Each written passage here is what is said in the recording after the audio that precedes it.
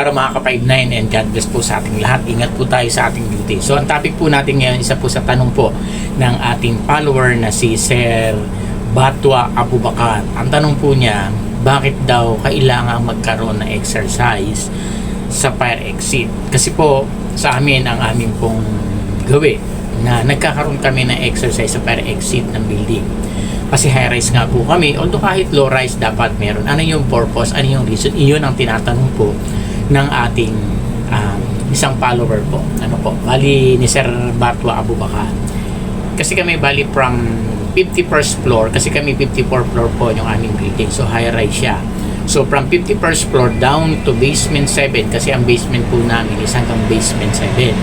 Magpa-fire exit po kami yan, maglalakad pababa, and then vice versa po from basement 7 going po pataas sa 51st floor. Ano yung reason? Bakit kinakailangan? So siyempre po during in case of emergency, yan po yan. Tandaan po natin kapag mayroong mga emergency like fire or earthquake, hindi po gagana ang ating service elevator or passenger elevator. Kasi nga po, siyempre po magsi-shutdown po yan during earthquake. May mga elevator po kasi talagang halos lahat naman, once na nagkaroon ng shaking, automatic magkakaroon yan ng yung sensor nila na mag-stop sila kung saan sila nakadesign na mag-stop. Ano po? So bali wala po talagang gagamitin kasi nga po naka-shutdown, or pwede naman po yan, nasa protocol din yung mga nagre-rescue, yung mga volunteer na mga rescue ang pwedeng gumamit po yan.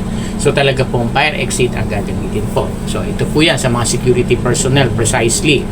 Ano po, bali kaya po ginagawa natin yan una, pero hindi naman po sa pilitan na ikaklaro lang po natin kasi marami din mga security personnel na medyo may health condition. Siyempre po hindi maiwasan yan, hindi mahihirapan silang umakyat at bumaba dyan. So kami naman during exercise, hindi siya kailangan mong gawin. Pag hindi mo na kinaya, ilang floor lang, pwede na pong gumamit ng elevator. So ibig sabihin, hindi po kinakailangan gawin talaga yung mandatory na kailangan magbumaba ka umakyat niya, sobrang taas po niya. Kung wala ka pong exercise, mahirap. So ang reason is ito po, for the sake po na nagtatanong sa akin at para din po sa kaalaman ng mga kapwa po natin security personnel. Okay, una, siyempre po kapag ka emergency, wala pong gagamit ng elevator, lalo po pagka may fire, mayroong earthquake, di po ba? Okay, so fire exit po ang gagamitin. Ngayon, ang mga security personnel, ang first respondent po ng ating building. So naghahanda na nga po tayo, di ba? Meron na tayong nakaraan yung nationwide na Zoom sa ng DOE, ng Philbox sa DOST na seminar about earthquake. Kasi nga po, sinasabi na sobrang hinog na ang West Valley Fault na pwedeng gumalaw anytime. So, hindi po ito pananakot. Ito po ay base sa pag-aaral po nila. May mga datos po. Kaya po nagkakaroon ng mga Zoom seminar para i-aware, especially yung mga building na sobrang tataas. Hindi naman mga lahat po i-aware, including mga public dapat po. Kasi po hindi natin nga alam kung kailan darating ang earthquake. So, by means of fire exit, kailangan siyempre ang protocol, walang obstruction po dyan. Kailangan clear na clear ang fire exit. Dapat po sinagawa ito ng mga security personnel na chine-check yung fire exit nila. Dapat po walang nakatambak. Kahit sabihin nilang saglit lang, ngayon lang, hindi. Dapat talagang totaling wala. Huwag nating papayagan na kapag nag-inform siya na saglit lang, hindi. Kasi nga po ang emergency, hindi natin alam kailan darating. Ano po, hindi po pwedeng sige ang sunog o ang earthquake, huwag naman sana mangyari, hindi po natin pinapanalangin na mangyari po yan. Ang ibig sabihin lang, nag-a-advance kasi pwedeng mangyari po yan anytime na walang nakakabiso, unlike typhoon na pipredict. Ang lindol, hindi po na pipredict yan, talagang darating at darating na hindi natin alam. Walang oras, walang panahon, basta darating po yan na hindi natin alam. Kaya ang alam lang natin paano maghanda, paano mag-prepare. So iyon po yung gawin natin. So gagawin po natin, dapat free po yan sapagkat napakahalaga po ng fire exit sa isang building dahil dyan po talaga dadaan kapag nagkakaroon ng mga any eventualities sa ating building. Okay, so dapat clear, maliwanag po, malinis. Clear nga, inaknakan naman po ng alikabok, may mga kalat-kalat. So pagka nadulas, paano na po? magkakaroon ng malaking problema. Siyempre, pag nadulas ang isa dyan na naglalabasan, magkakaroon ng stampede dyan, di ba? Hindi natin malam kung ano yung mangyari. Another accident na naman. So, dapat always chine-check yan oftentimes ng mga security personnel yung safety and security ng fire exit po natin. Okay, so doon na po tayo. Dapat klaro po tayo doon, ha. Bakit tayo dapat doon maghahagdan mga security personnel? Una, kailangan ma-enhance natin yung endurance natin na kaya nating mag-akyat panaaw dyan in case of emergency. Siyempre po, tayo ang rescuer dyan. Bago tayo makatawag na magre-responde, tayo muna ang gagawa ng paraan para ma-rescue yung mga kinakailangan ng mga tenant po natin, mga staff natin, or mga unit owner natin, or ano man yung nasa loob ng building po natin. So, napakahalaga po niyan. Okay? So, bakit dapat kailangan magbaba-akyat dyan? Iyon po yung number 1. Para maihanda yung sarili natin. Kasi, sobrang nakakapagod po dyan, lalo kung napaka-high-rise ka, high-rise building. Kami, 54 floor po kami. So, kung halimbawa, nasa 49th floor yung aming i-rescue, naandun yung mga guard sa baba. Halimbawa, may mga guard na naka-assign na magre-rescue. Naka-assign po kasi kung sino. Naandun ka ngayon sa ground floor.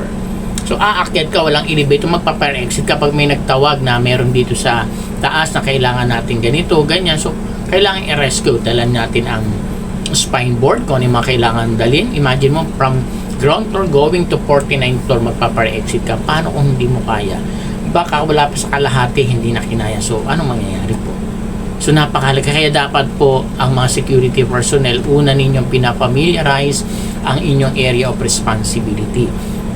Kung nagja-jogging tayo sa paligid ng ating building, lahat okay po yan. Pero much better po na ma-enhance natin kahit low, ano lang yan, kahit low rise yan or high rise or any ano man, dapat sa fire exit po, alam po natin. Pati yung pagdala ng mga ano po natin, ng mga spine board, paano natin iikot. Baka mamaya may spine board po kayo nadala, ay yung fire exit nyo napakakitin, hindi kakasya, pag ikot mo babangga. Kailangan po nakadesign yung ating mga equipment for rescue na akma doon sa building. Kasi minsan po napapansin ko din, may mga fire exit na talagang makikipot lang, unlike yung mga sinaunang building na malalapad po talaga yung kanilang fire exit. So, tingnan nyo po yun. Baka hindi nakadesign yung inyong mga binibiling equipment doon sa rescue ninyo sa fire exit. Tingnan po natin. Ano po? Tingnan nyo din yung mga hawakan. Baka mamaya umaalog na yan. So, double check. Kasi po, syempre, sa dami ng bababa dyan, baka pag humawak lahat dyan or something na yung force or bigat, sobra na masira, mahulog pa. Lalo kung magiging problema malaki yan.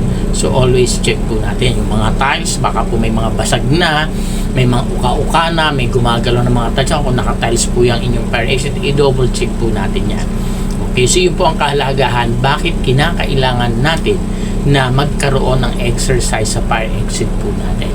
Number 1 po, napakahalaga niyan, yung fire exit. Lahat po, wala dapat, especially doon sa mismong lalabasan na nila, papunta doon sa holding area. Dapat clear po yung lugar na yan everyday. Wala po dapat yung oras na may naka-obstruct po dyan. Alisin po dapat dyan. Kung hindi man, dapat kindly report to your admin office regarding po dyan. Kasi once na nagka-problema, nasa security po ang blame niyan. Natural, totoo po yan. Kaya nga po ngayon, ang safety and security, kasama na yan sa security. Unlike before, security lang. Pero pinag-usapan na po yan na kinakailangan ang security and safety, alam dapat ng guardian. Kaya ngayon, ang mga building halos wala ng safety officer. Naka-charge na po lahat sa security. Kasi kailangan po talaga nakasama ang safety and security. Hindi po pwedeng safety ka, hindi ka naman secure. Hindi naman po pwedeng secure ka, hindi ka safety. So, dapat magkasama po yung dalawa na yan.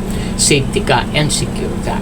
Ano po? So, kinakailangan po natin yan. Kaya dapat ugaliin po talaga or dapat gawin ng mga, lalo ang mga officer na mapag-inspect po kayo sa area of responsibility. I-check nyo lahat. Kasi po, para maiwasan natin yung any eventualities na mangyari. So, number 1 po yan, na higit dapat pag-ibayuhin ng mga security personnel na ma-design sila na maghagdan dyan sa fire. Kaya nga yung mga roving, sa amin po, ina-encourage namin or talagang mandatory na hindi ka gagamit ng elevator kapag ikaw ay nagro-roving. Kailangan gumamit ka ng fire exit galing naman sa taas pababa.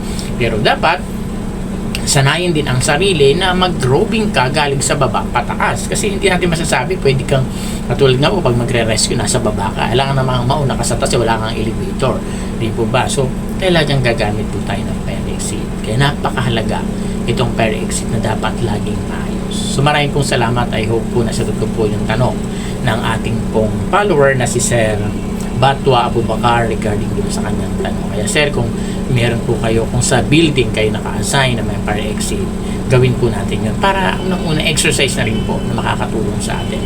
At higit sa lahat na didesign na yung ating mga sarili, mga ating katawan, paano umakyat ng fire exit. Maraming pong salamat and God bless po sa ating lahat.